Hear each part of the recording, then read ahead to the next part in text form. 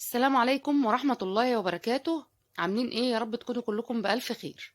بصوا بقى يا جماعة، الزيت دوت زيت تموين، وانا اول شهر اجيب الزيت بالمنظر ده. بصراحة حاجة ما ترضيش ربنا. ليه كده؟ ليه بيعملوا فينا كده؟ اجيب 6 ازايز زيت كلهم وحشين كده ومرصبين في قعر الازازة. ايه اللي بيحصل يا جماعة؟ احنا بشر، ما ينفعش والله الكلام ده. يعني مش كفاية الغلا، وكفاية اللي بيحصل فينا، وكل حاجة غالية. حتى الحاجة اللي احنا بناخدها مدعمة تكون كده بالشكل ده. راعوا ربنا يا جماعة، ما فيش يعني ما ينفعش كده. انتوا بتعملوا فينا كده ليه؟ حرام. فين المسؤول؟ فين المسؤولين؟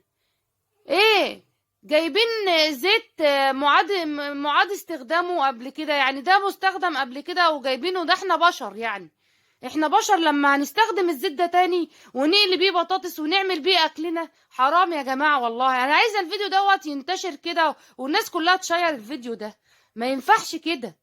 ايه اللي بيحصل؟ حرام والله، حرام كده اللي بيحصل ده. ينفع اجيب زيت استخدمه ويكون بالشكل ده؟ اول شهر اجيب زيت يكون بالشكل ده. شايفين الرواسب اللي في قلب الازازة؟ الله اعلم دوت الناس اللي بتلف وتلم الزيت وهم بياخدوه تاني. ايه يا جماعة؟ فين المسؤولين؟ فين وزارة التموين تشوف المنظر ده؟ حسبي الله ونعم الوكيل. مش هقدر اقول غير كده. حسبي الله ونعم الوكيل. ده انا هستخدمه ازاي واوكل عيالي منه ازاي واعمل منه ازاي؟ المنظر ده والله يعني ما ينفعش. كل حاجة كده بقت وحشة في الزمن ده. حتى الزيت اللي بقينا ناخده مدعم يبقى بالمنظر اللي احنا شايفينه دوت. الزيت غامق خالص، فاضله سنة ويجمد كده.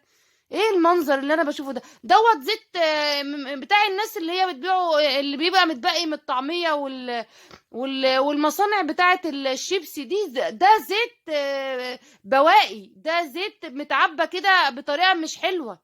فين المسؤولين يا جماعة؟ اللي يشوف الفيديو بتاعي دوت يشيره عنده. ما ينفعش اللي احنا بنعملوه ده. حسبي الله ونعم الوكيل. شايفين الرواسب اللي في قلب الازازة؟ الزيت دوت جاي من مصانع يعني رد زيت. ده مش الزيت النظيف اللي بيبقى مدعم. ايه يا جماعة؟ انا عايزاكم تكتبولي في التعليقات. في ناس جابت زيت معفن زي اللي انا جبته ده. ده منظر يرضي ربنا؟ حتى السكر، لو قلتلكوا السكر كمان شكله عامل ازاي. السكر ما ينشربش بيه اي حاجة.